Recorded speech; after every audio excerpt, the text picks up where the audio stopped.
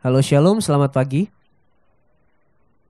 Yang mengikuti ibadah ini secara online juga saya mau menyapa selamat pagi dan selamat mendengarkan firman Tuhan hari ini. Selamat beribadah ya. Dan saudara, di momen-momen ini kita sedang memperingati sebenarnya hari Pentekost atau hari pencurahan Roh Kudus. Namun kita tidak melakukan ibadah pencurahan Roh Kudus, saudara. Kenapa? Karena kita percaya bahwa Roh Kudus sudah diam di dalam hati setiap kita. Sudah tinggal di dalam hidup setiap kita. Jadi sebenarnya ya saudara ya, kita nggak perlu lagi untuk berdoa untuk Roh Kudus masuk ke dalam hidup kita. Nggak perlu lagi untuk meminta Roh Kudus dicurahkan ke dalam hidup kita. Karena apa saudara? Karena Dia sudah tinggal di dalam kita. Dan lagu tadi saudara ya, kalau kita berkata Allah Roh Kudus penuhi kami, bukan berarti Roh Kudus belum memenuhi kita. Bukan berarti Roh Kudus seperti cairan. Ini hari ini kita segini Roh Kudusnya, nanti dipenuhi lagi jadi setengah, nanti besok dipenuhi lagi jadi utuh. Enggak seperti itu saudara ya. Tapi ini sebuah kerinduan untuk terus dikuasai dan dipimpin olehnya. Setiap waktu, setiap saat, setiap langkah menuju keserupaan dengan Kristus. Sebuah kerinduan agar kedaulatannya terus menguasai hidup kita. Sebuah kerinduan agar Dia terus membuat kita memandang kepada Kristus, memandang kepada karya salibnya. Karena seperti apa yang dikatakan di Yohanes 16, Roh Kudus selalu menunjuk kepada Kristus. Roh Kudus selalu memuliakan Kristus. Dan saya percaya doa ini, penuhi kami ini maksudnya adalah supaya sepanjang hidup kita, Dia selalu membuat kita memuliakan Kristus dan apa yang sudah Kristus perbuat bagi kita. Nah, kita memperingati hari Pentekost ini agar kita ingat terus saudara ya, bahwa pribadi ketiga dari Allah Tritunggal, Roh Kudus, Roh Allah yang hidup itu ada di dalam hidup setiap kita. Oleh karena itu mari kita mulai pengajaran firman untuk hari ini. Saya beri judul A New Heart atau hati yang baru. Ini saya suka desainnya, thank you buat tim desain. Saya nggak bisa desain sebagus ini. Thank you buat supportnya sehingga enak dilihat. Kalau saya yang desain pasti wah keberantakan ya. So thank you so much. Kita mau baca firman Tuhan kita perikop dari Yehezkiel 36 ayat 25 sampai yang ke 27. Bisa dikeluarkan ya. Yehezkiel 36 ayat 25 sampai 27. Saya lupa, saya yang bawa remote. Minggu lalu gak ada remote soalnya, jadi saya lupa ya. Oke, saya akan bacakan buat Bapak Ibu Saudara. Aku akan mencurahkan kepadamu air jernih yang akan mentahirkan kamu dari segala kenajisanmu dan dari semua berhala-berhalamu. Aku akan mentahirkan kamu. Ayat 26, kamu akan kuberikan hati yang baru dan roh yang baru di dalam batinmu. Dan aku akan menjauhkan dari tubuhmu hati yang keras dan kuberikan kepadamu hati yang taat. Ayat 27, rohku, roh siapa? Roh Tuhan, akan kuberikan diam di dalam batinmu. Dan aku akan membuat kamu hidup menurut segala ketetapanku dan tetap berpegang pada peraturan-peraturanku dan melakukannya. Amin. Kitab Yehezkiel ini ditulis oleh Yehezkiel ya tentu, yang merupakan seorang nabi dari bangsa Israel. Beliau hidup pada zaman tahun 6 sebelum Masehi. Abad ke-6 sebelum Masehi. Pada zaman ketika bangsa Israel dibuang ke Babel. Mereka ditangkap dan dibawa ke Babel dan di bawah penguasaan Raja Nebukadnezar. Dan dia adalah salah satu dari sekian banyak nabi yang dipanggil oleh Allah untuk menyampaikan pesannya kepada umatnya yang sedang di dalam pembuangan. Nah, ketika tiba di Babel, Yehezkiel diberikan wahyu dari Allah untuk menyampaikan berbagai pesan, penglihatan dan nubuat. Dan pesan-pesan ini mencakup peringatan akan hukuman yang akan datang atas dosa-dosa umat Israel. Juga penghakiman atas bangsa-bangsa yang menindas umat Allah.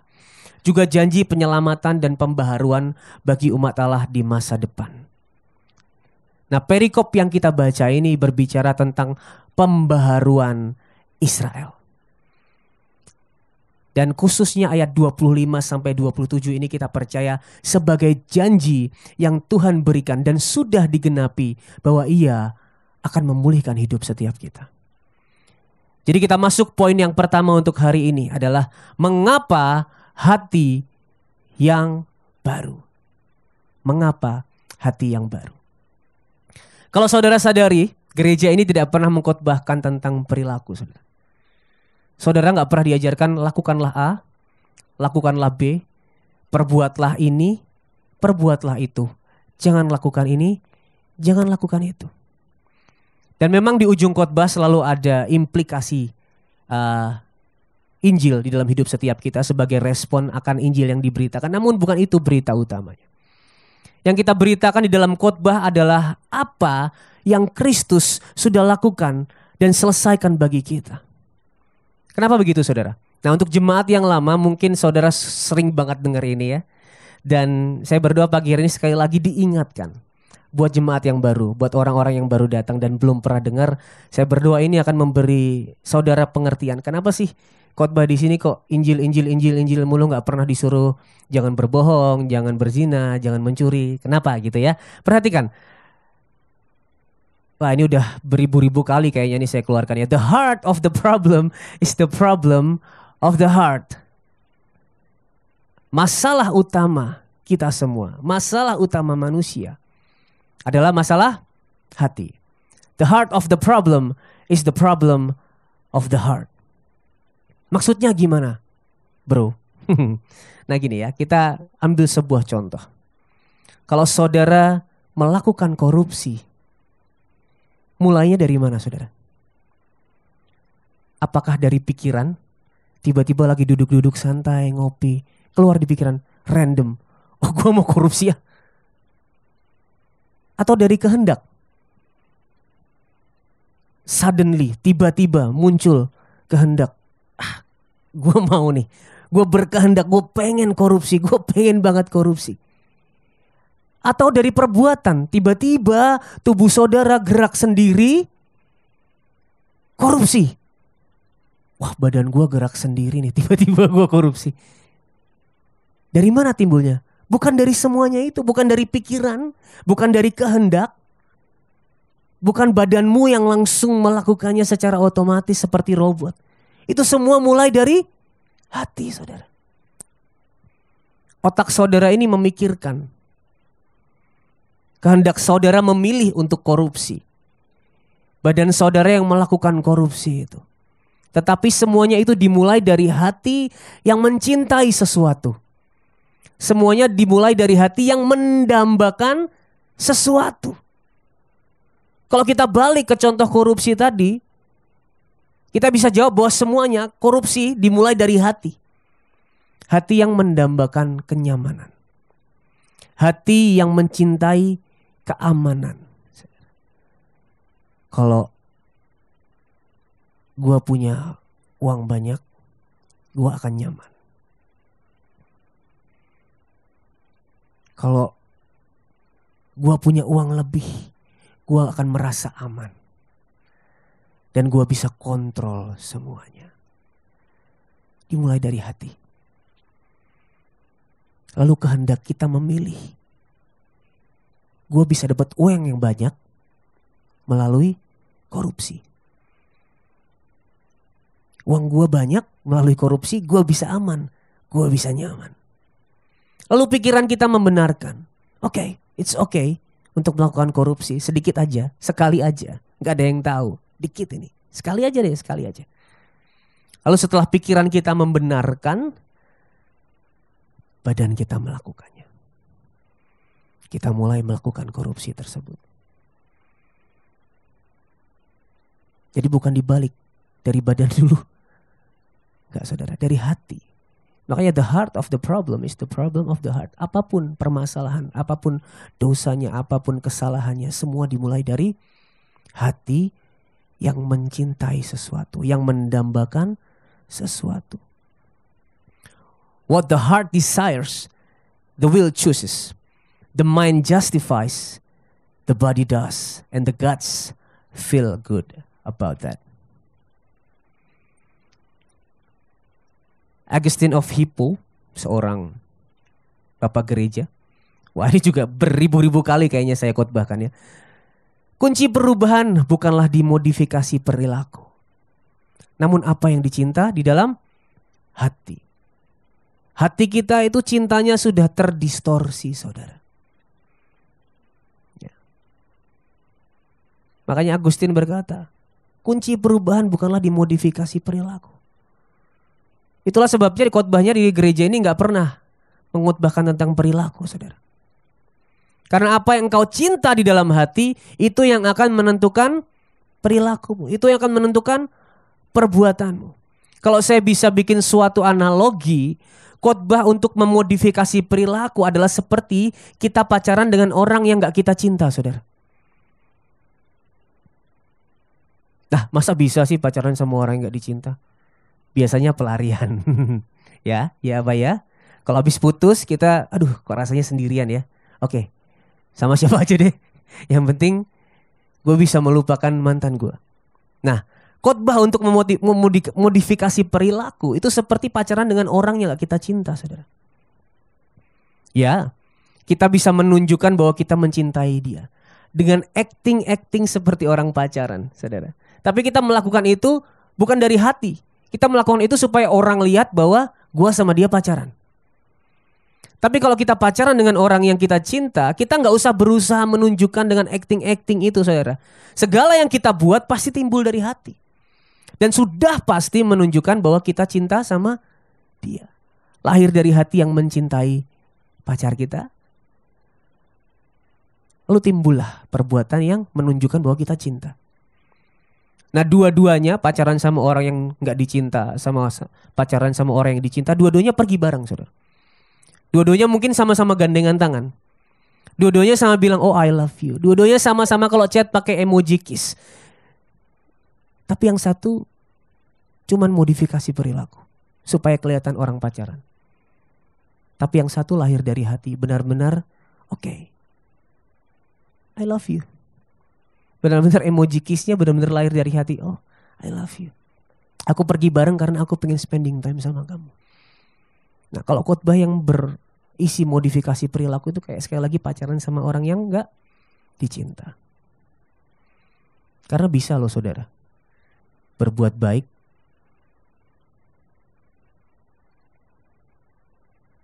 tapi itu cuman ya biar dilihat orang.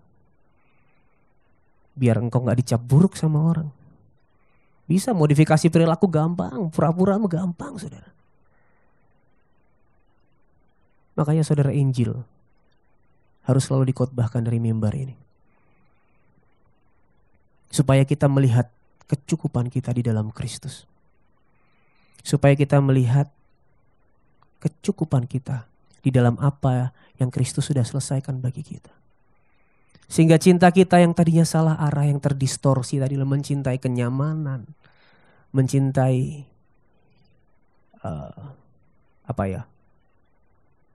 penerimaan, mencintai keamanan,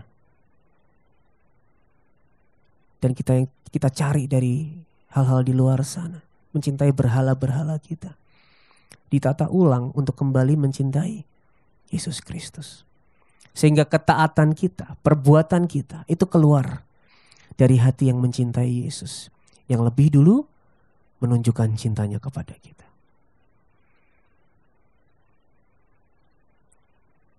Lalu mungkin yang baru bertanya, aku gak nyembah patung kok bro. Menyembah berhala seperti gimana? Nah, sesi ini akan cukup panjang. Jadi saya imbau saudara untuk mungkin ikut YouCare ya, ikut Komsel. Karena di situ bisa dibahas dengan lebih detail dan lebih panjang daripada di mimbar ini. Dan bisa saling tuh ya. Jadi saya imbau untuk ikut YouCare sekali lagi. Nah, berhala ini bukan berbicara tentang hal yang buruk. Bukan selalu hal yang buruk. Tentu ada orang yang kecanduan hal-hal yang buruk seperti narkoba. Tapi sesuatu yang baik yang menggantikan posisi Tuhan di dalam hidupmu, itulah berhala. Pekerjaan baik gak? Ya, harusnya netral ya. Tapi kalau pekerjaan menggantikan posisi Tuhan di dalam hidupmu, nah itu berhala, saudara. Kalau engkau mencari keamananmu dalam pekerjaanmu, mencari kenyamananmu, kuasa di dalam pekerjaanmu. Mencari kau bisa mendapatkan kontrol atas semuanya di dalam pekerjaanmu. Identitasmu di dalam pekerjaanmu, makna hidupmu di dalam pekerjaanmu. Itu menggantikan tempat Tuhan.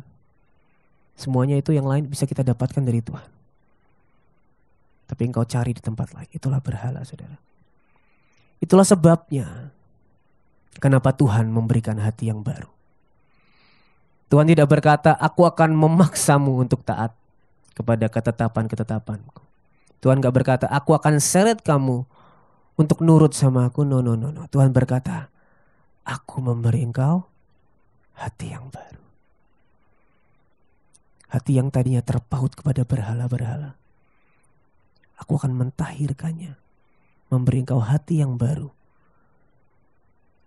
Sehingga engkau cintanya dikembalikan kepada pribadi yang seharusnya menerima cintamu, yaitu Tuhan. Itu poin yang pertama. Mengapa hati yang baru? Karena the heart of the problem is the problem of the heart. Masalahnya di sini, saudara. Pertanyaannya, saudara, sekaligus poin kita yang kedua pagi hari ini. Bagaimana Tuhan memberi kita hati yang baru? Yeremia 17 ayat 9 berkata, hati kita itu licik. Hati kita itu jahat, deceitful. Hati kita itu penuh tipu daya. Kotor banget. Makanya yang timbul dari hati kita selalu hal yang jahat. Nah, bagaimana manusia yang sudah tercemar oleh dosa, yang hatinya licik karena dosa, yang hatinya deceitful karena dosa, yang hatinya kotor karena dosa, bisa menjadi baru? Kita kembali ke Yehezkiel 36 ayat 25. Tuhan berkata, aku akan mencurahkan kepadamu air jernih yang akan mentahirkan kamu dari segala kenajisanmu. Dan dari semua berhala-berhalamu, aku akan mentahirkan kamu. Nah, kalau kita lihat konteks bangsa Israel saat itu, kita melihat konteks ayat ini, maka ayat ini berdasarkan sebuah upacara di bangsa Israel yang Tuhan perintahkan untuk memurnikan dan membersihkan. Nah, kita mau belajar sedikit latar belakang upacara ini ya saudara ya, biar kita ngerti minimal dasarnya. Keluaran 30 ayat 19 dan 20. Maka Harun dan anak-anaknya haruslah membasuh tangan dan kaki mereka dengan air dari dalamnya.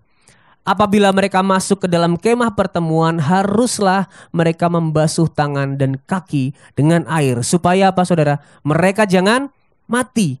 Demikian juga apabila mereka datang ke mezbah itu untuk menyelenggarakan kebaktian dan untuk membakar korban api-apian bagi Tuhan.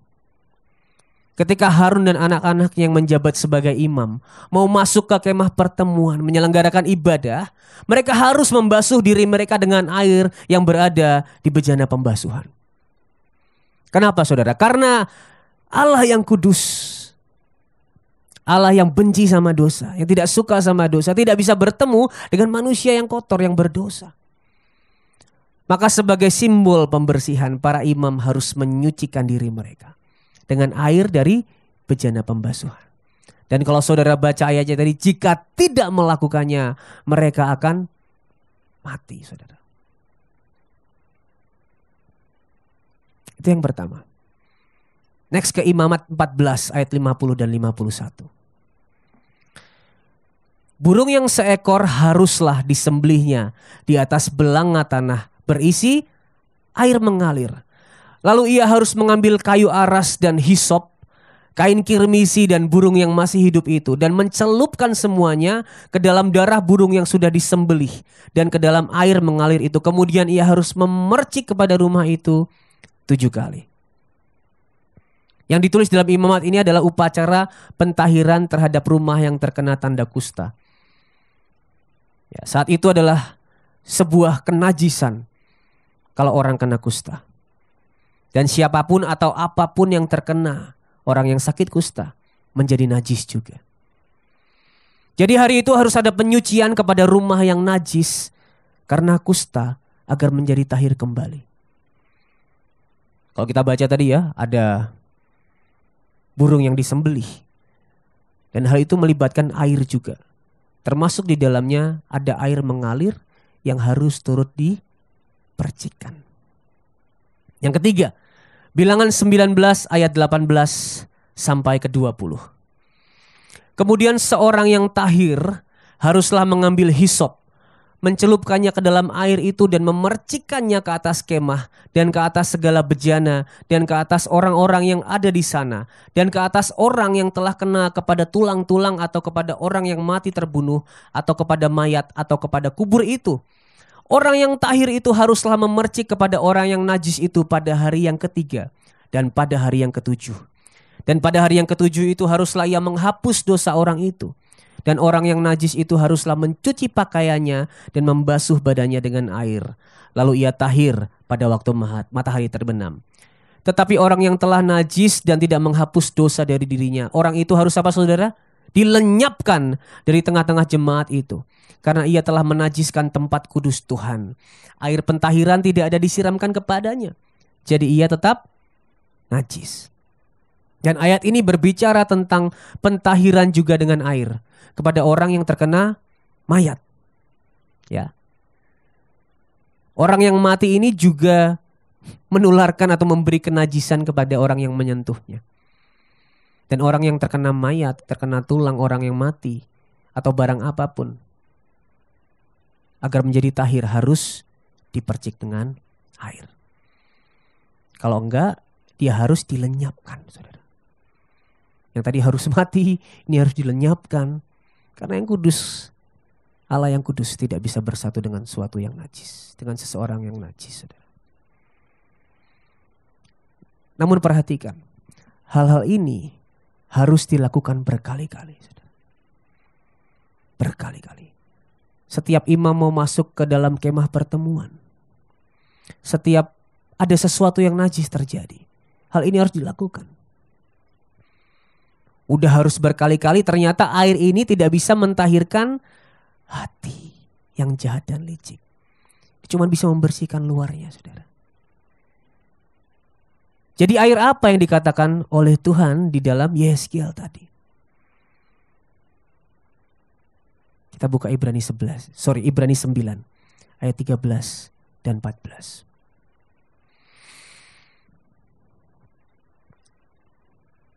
Sebab jika darah domba jantan dan darah lembu jantan dan percikan abu lembu muda menguduskan mereka yang najis, sehingga mereka disucikan secara lahiriah, luarnya, betapa lebihnya darah Kristus, yang oleh rohnya yang kekal telah mempersembahkan dirinya sendiri kepada Allah sebagai persembahan yang tidak bercacat, akan menyucikan hati nurani kita dari perbuatan-perbuatan yang sia-sia, supaya kita dapat beribadah kepada Allah yang hidup. Segala ritual penyucian yang ada di perjanjian lama, entah itu darah, air, abu, hanya membersihkan yang di luar. Ayat 13 berkata mereka disucikan secara lahiriah. Namun darah Kristus yang tercurah di atas kayu salib adalah persembahan yang sempurna. Membersihkan yang di dalam. Membersihkan hati nurani kita dari dosa, dari perbuatan yang sia-sia, supaya kita bisa beribadah kepada Allah yang hidup. Ibrani 10 ayat 19 sampai 22. Jadi saudara-saudara, oleh darah Kristus kita sekarang penuh keberanian dapat masuk ke dalam tempat kudus. Karena ia telah membuka jalan yang baru dan yang hidup bagi kita melalui tabir, yaitu dirinya sendiri. Dan kita mempunyai seorang imam besar sebagai kepala rumah Allah. Karena itu, marilah kita menghadap Allah dengan hati yang tulus ikhlas dan keyakinan iman yang teguh. Oleh karena hati kita telah saudara? Dibersihkan dari hati nurani yang jahat. Dan tubuh kita telah dibasuh dengan air yang murni. Saudara, dulu ada pemisah antara ruang kudus dan maha kudus. Sekali lagi, Allah yang kudus tidak bisa bertemu dengan manusia yang berdosa. Hanya imam besar yang boleh masuk ke dalam ruang maha kudus setahun sekali pada hari pendamaian. Tetapi di ayat 9 dan 20, 19 Di ayat yang ke-20. Firman Tuhan berkata, "Ia Yesus telah membuka jalan yang baru dan yang hidup bagi kita melalui tabir." Melewati tabir pemisah itu. Melalui apa? Dirinya sendiri yang menjadi jalan. Yesus sudah menjadi jalan melewati tabir itu. Ia bukan hanya menjadi imam besar yang memercikan darah dan air untuk mentahirkan badan lahiriah. Ia adalah imam besar yang mencurahkan darahnya sendiri untuk mentahirkan hati kita. Dan tidak ada lagi pemisah antara kita untuk datang kepada Tuhan. Darah Kristus yang tercurah sudah menyucikan hidup kita, sudah menyucikan hati kita. Kita bisa datang beribadah kepada Allah kapanpun, karena hati kita sudah disucikan. Kita sudah diberikan hati yang baru melalui karya salib Yesus. Sekali lagi, upacara yang dilakukan hanya bisa membersihkan yang lahiriah, yang badani. Namun korban sempurna Yesus Kristus menyucikan kita seutuhnya, menyucikan hati kita, dan memberikan kita hati yang baru. Yesus Kristus memberikan dirinya sebagai korban yang sempurna, saudara. Mencurahkan darahnya di kayu salib untuk mentahirkan kita dan memberi kita hati yang baru. Inilah yang Tuhan lakukan untuk memberikan kita hati yang baru, saudara. Tadi kalau saudara ingat dan mendengarkan yang di awal, ketika yang tahir bersentuhan dengan yang najis, maka yang tahir akan menjadi najis. Ketika yang bersih bersentuhan dengan yang kotor, yang sehat bersentuhan dengan yang sakit, maka yang sehat akan menjadi najis, yang bersih akan menjadi kotor. Namun saudara, di dalam Kristus, ketika kita yang najis karena dosa bersentuhan dengan Kristus yang kudus,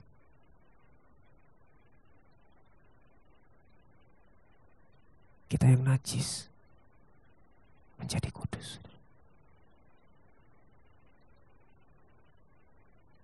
Ketika kita yang najis bersentuhan dengan Dia yang kudus, Kristus, bukan Dia yang menjadi najis, saudara. Kita yang menjadi kudus.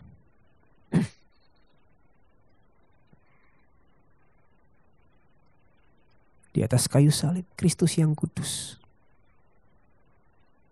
rela diperhitungkan sebagai pribadi yang najis karena dosa kita, saudara. Agar kita yang najis bisa menerima kekudusan Kristus. Bukankah ini kabar baik buat kita semua, saudara?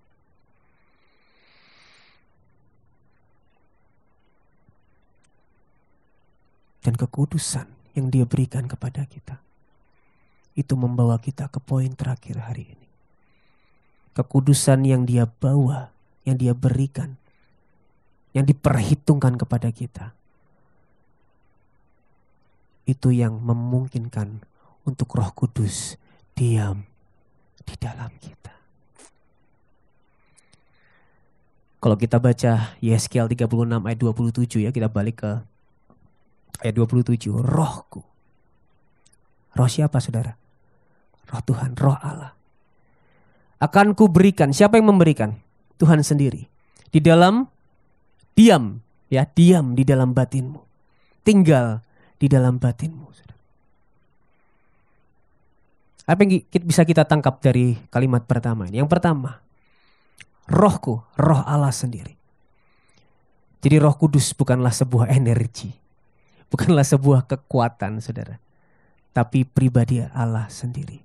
Pribadi ketiga dari Allah Tritunggal. Ia adalah seorang pribadi.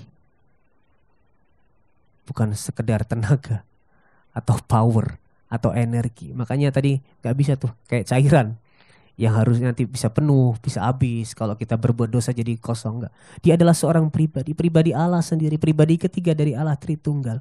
Yang diberikan untuk diam, tinggal di dalam batin setiap kita. Selama-lamanya, saudara. Ya. Dan ini adalah konsep yang mungkin orang-orang di perjanjian lama tidak familiar. Kalau baca ini ya, orang-orang pasti bingung. Karena di zaman itu Roh Kudus gak bisa tinggal di hati orang-orang, di hidup orang-orang. Di dalam anugerahnya Roh Kudus bervisitasi dan bervisitasi dan hinggap di hati orang-orang yang dipilih. Namun suatu saat bisa meninggalkan orang tersebut. Contohnya Saul, Roh Allah meninggalkan Saul. Contohnya Simson, Allah meninggalkan Simson. Dan kalau saudara baca di Perjanjian Lama, saudara bisa temukan orang-orang yang ditinggalkan oleh Allah. Tetapi ayat 27 ini memang tidak familiar bagi orang-orang di Perjanjian Lama, namun digenapi bagi kita semua.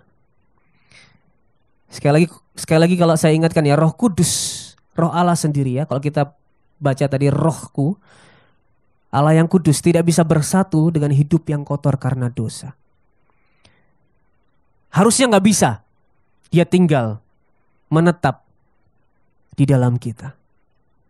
Namun ini kabar baiknya, pengudusan, pembenaran, hati yang baru yang sudah diberikan kepada kita melalui pengorbanan Yesus Kristus di kayu salib. Status kita sebagai orang benar yang diberikan kepada kita memungkinkan Roh Kudus tinggal di dalam kita dan tidak akan meninggalkan kita selama-lamanya. Itu yang Yesus katakan, itu yang Yesus janjikan kepada kita. Dan jika kita percaya kepada janjinya, kita tidak perlu lagi berdoa agar Roh Kudus dicurahkan, diberikan kepada kita setiap tahun sekali. Karena ia sudah tinggal di dalam kita selama-lamanya.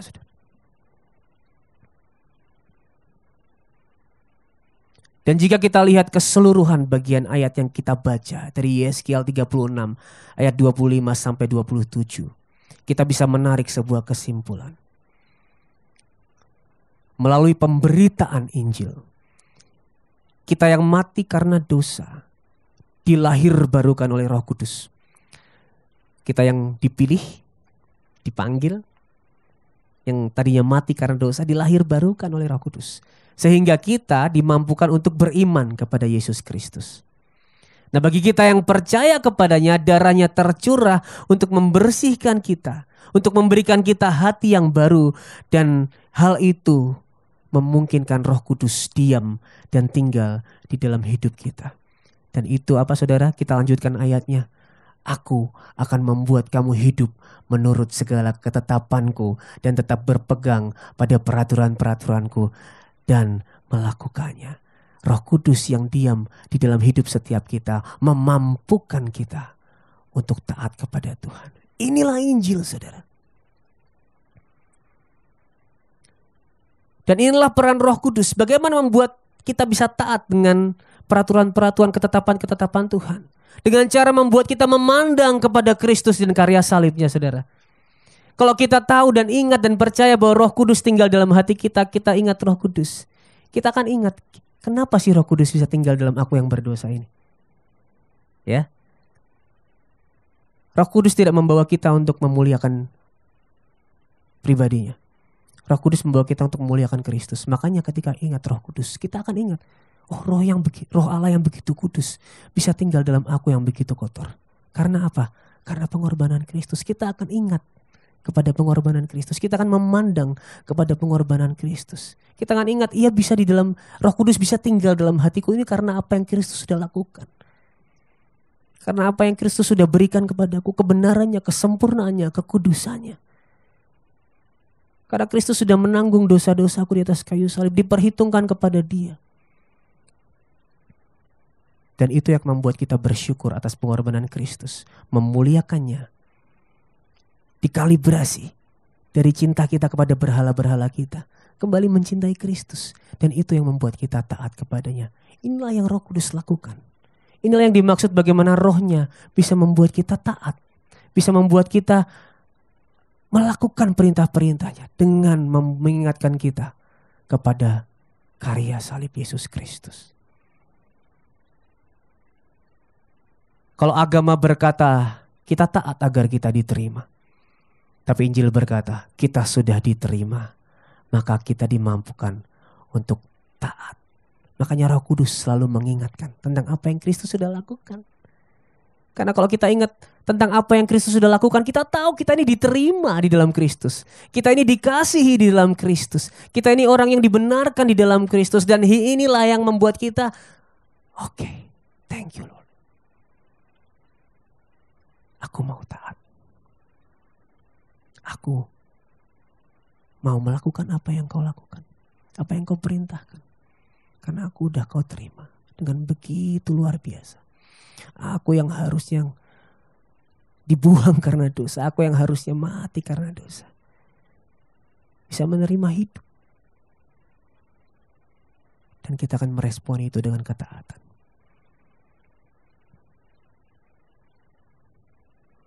Sekali lagi ketika kita ingat bahwa Roh Kudus ada dalam hati kita. Itu akan membawa kita ingat akan karya salib Kristus. Karena cuma apa yang Kristus lakukan di atas kayu salib yang memungkinkan Roh Kudus untuk tinggal di dalam hidup kita. Amin, saudara. Ada 2 pertanyaan perenungan untuk kita renungkan hari ini beberapa menit. Apa yang hati kita cintai selama ini, saudara? Ini bukan cuma perenungan buat saudara, tapi perenungan buat saya juga. Apa yang hati kita cintai selama ini? Penerimaan dari orang. Keamanan, sehingga kita bisa kontrol segala sesuatu. Atau apa, saudara? Apa yang kita cintai selama ini?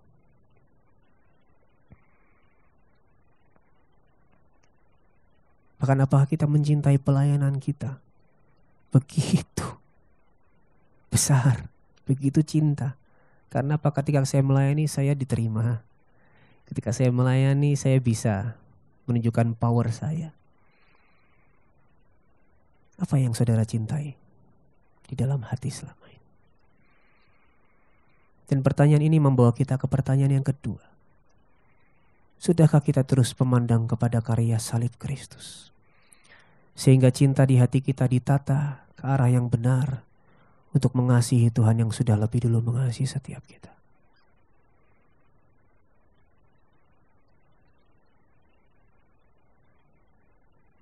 Dan saya berdoa,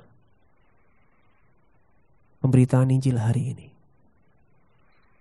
sekali lagi menata hati kita, menata cinta di hati kita.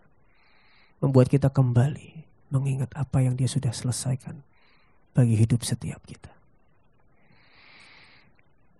Saya akan tutup dengan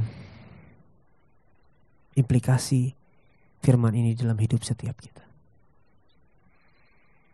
Di musik boleh. Sambil siap-siap ya.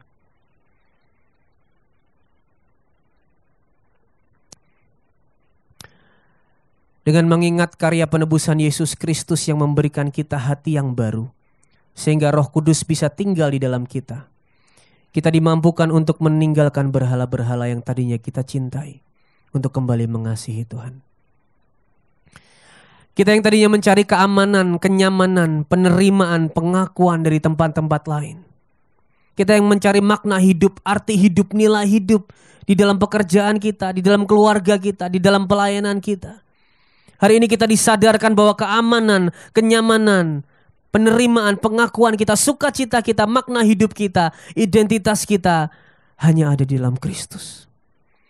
Karena di dalam Kristus kita aman, kita benar, di dalam Kristus kita kudus, di dalam Kristus kita diterima, di dalam Kristus kita diakui sebagai anak-anaknya, saudara.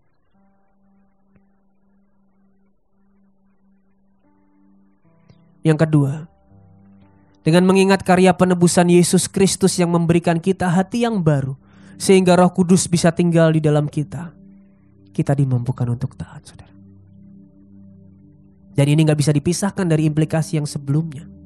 Kenapa, saudara? Karena ketika cinta kita diarahkan ke tempat yang benar, ketika cinta di hati kita diarahkan ke seorang pribadi yang seharusnya menerima cinta kita, pribadi yang mengasihi kita, pribadi yang berkorban bagi kita, yang mengambil tempat kita, yang menebus kita, Yesus. Maka ketaatan itu bukan lagi sebuah modifikasi perilaku pada hal yang terlihat, namun muncul dari hati yang sungguh-sungguh mengasihi Dia. Hari ini kita belajar, saudara, Roh Kudus akan selalu membawa kita untuk memandang kepada Kristus. membawa kita untuk memuliakan Kristus. Dan sekali lagi ketika engkau ingat bahwa pribadi ketiga dari Allah Tritunggal, penolong kita, penghibur kita, pembela kita, Roh Kudus, pribadi Allah sendiri, bisa tinggal dalam hati kita. Kita akan ingat itu semua karena pengorbanan Kristus. Itu semua karena apa yang Dia sudah selesaikan bagi kita di kayu salib.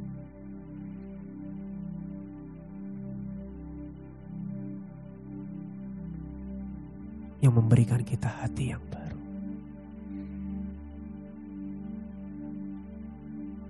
Dan akan membawa kita mengasihi, memuliakan, dan taat kepada apa yang Dia katakan, apa yang Dia ajarkan.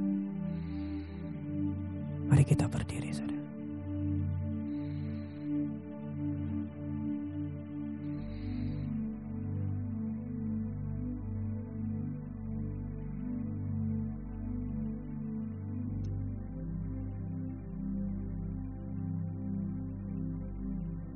Tuhan, sungguh kami bersyukur